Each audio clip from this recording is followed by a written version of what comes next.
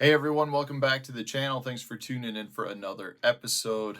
I think most anglers out there would say that if you're bass fishing, a wacky rig is one of the best baits out there at generating strikes almost all year long.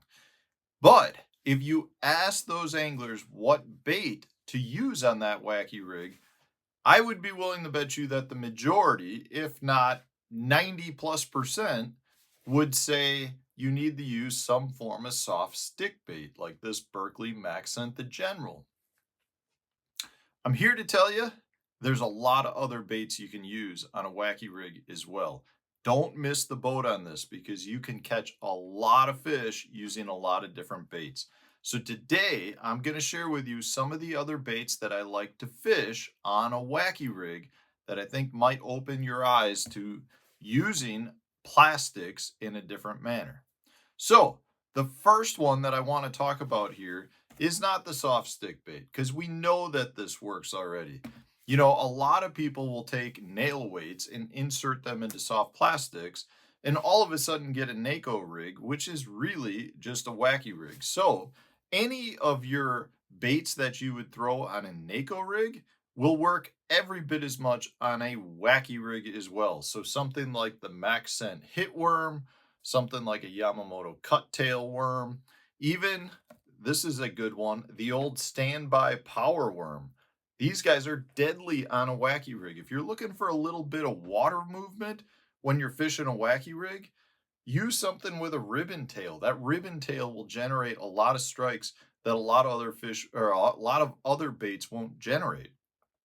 So if you're fishing some tannic colored water or off colored water, I really do like to throw a ribbon tail at times. And I feel like the slow, tantalizing spinning motion of that ribbon tail can be dynamite when a lot of other wacky rigs don't seem to be working quite as well. So any of your bigger style worms, and they don't have to be big, but any of your straight tail or cut tail or ribbon tail worms, those all work very, very well on a wacky rig as well.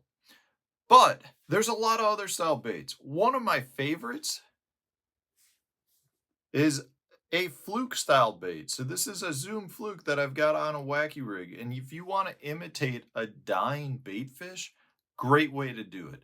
You throw this out, you twitch it, and that bait will twitch and pull and have that same movement of a wacky rig. But when you release it, you'll start getting some of that dying shad gliding motion. And it generates a lot of strikes, whether you're fishing shallow flats or you're out fishing schooling fish. I love to take a fluke and rig it on a wacky rig. So any of your straight tail minnow baits work really well too. One of my other favorites is the Bass Tricks Flash Tricks. You put this on there and it looks like just a dying, undulating minnow that's trying to fight for its life, and it's just kind of flapping as it moves.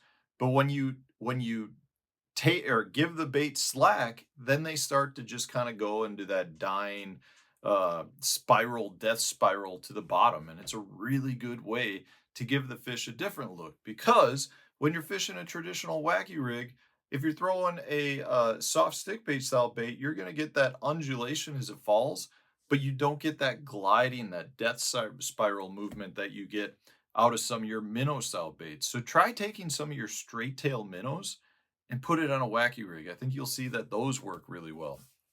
And last but not least, don't forget about some of your creature style baits or your beaver style baits.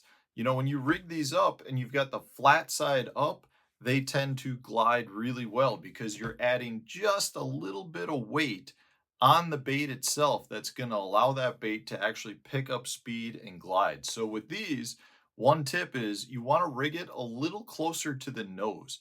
If you rig that bait, the hook a little closer to the nose, it'll have it just barely nose down, and that nose down will actually be what allows the bait to pick up momentum and start gliding. But at the same time, if you've ever seen a crawfish try to escape a bass, they like fold in on themselves. The tail scoots under the body, so they fold in. That's what you get out of a craw style or beaver style or creature style bait. When you pull it, the bait will actually kind of collapse in on itself, and therefore it has a very, very lifelike look to a crayfish that's fleeing. This is, again, a very good technique that's extremely underutilized. I mean, the reality of it is there's very few baits that you can't wacky rig, but most people out there, most anglers out there will only want to take a soft stick bait style bait and rig it. Now, those work wonders on a wacky rig, but there's a lot of other time and places where some of these other baits will also excel on your wacky rig. So don't ignore some of your other soft plastics. What I would recommend is take a bunch of the ones you have, experiment with them, put them on a wacky rig, and see how they perform. And you might find that some of them look great, some of them may not look so good, but a lot of them will catch a lot of bass that you weren't expecting to catch on that wacky rig. So give it a try. Thanks for watching. If you enjoyed today's video, hit the like button, subscribe to the channel if you haven't done so already. Stay tuned, new video coming out tomorrow.